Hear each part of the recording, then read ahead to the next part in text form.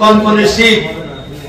এই যারা আমার বিএনপি করেছেন, বিএনপি সমর্থন করেছেন, খালেদা জিয়ার কথা চিন্তা করেছেন, তারেক খালেদার জন্য দোয়া করছেন, তারেক জিয়ার জন্য দোয়া করেছেন, তাই না, মোত্তারের দোয়া করছেন, এইসব যারা আছেন, তোমরা কিন্তু এই বিগত দিনে 15, 16, 17 বছরে কিছু পাইছেন?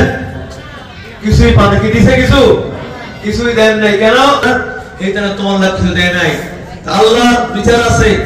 এইখানে হোমার নেত্রী, হোমার যে নেত্রী ছিল, কি হয়েছে?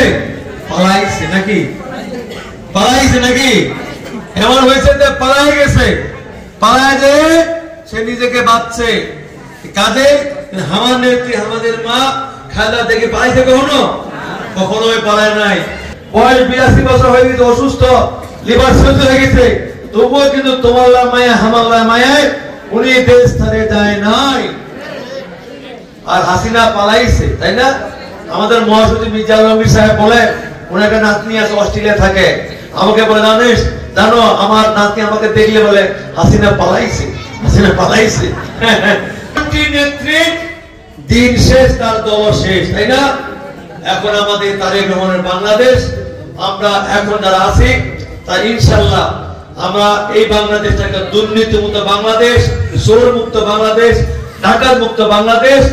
আগামী দিনে আমরা সবাই মিলেমিশে হিন্দু মুসলমান একসঙ্গে কাঁধে কাঁধ মিলে বসবাস করে আমরা বাংলাদেশ থেকে বৈষম্যহীন বাংলাদেশ গড়ে তুলবো, ঠিক আছে? কাজে মুই বক্তব্য না বাড়া, তোমরা বিকাল থেকে অপেক্ষা, তাই না?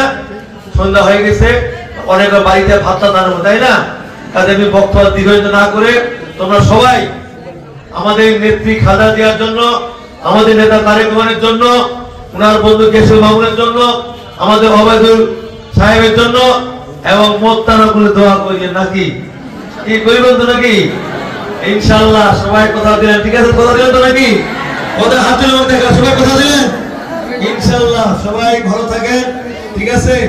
আগামী দিনে আমার দল বিএনপি ক্ষমতায় আসলে খালি কম্বল কেনে, আরো অনেক কিছু দিব ইনশাআল্লাহ, ঠিক আছে? তাই হোক, ওই বক্তব্য না বাড়িয়ে এখন এখানে যারা বয়স্ক মহিলা আসছেন তারা আগে ভাগে আসবেন। আমার ওই জায়গায় ছেলেরা থাকে, রাফি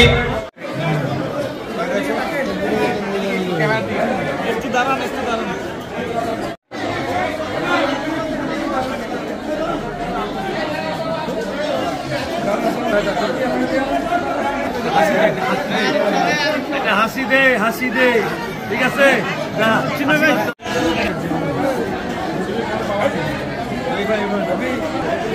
একটু ঠিক আছে।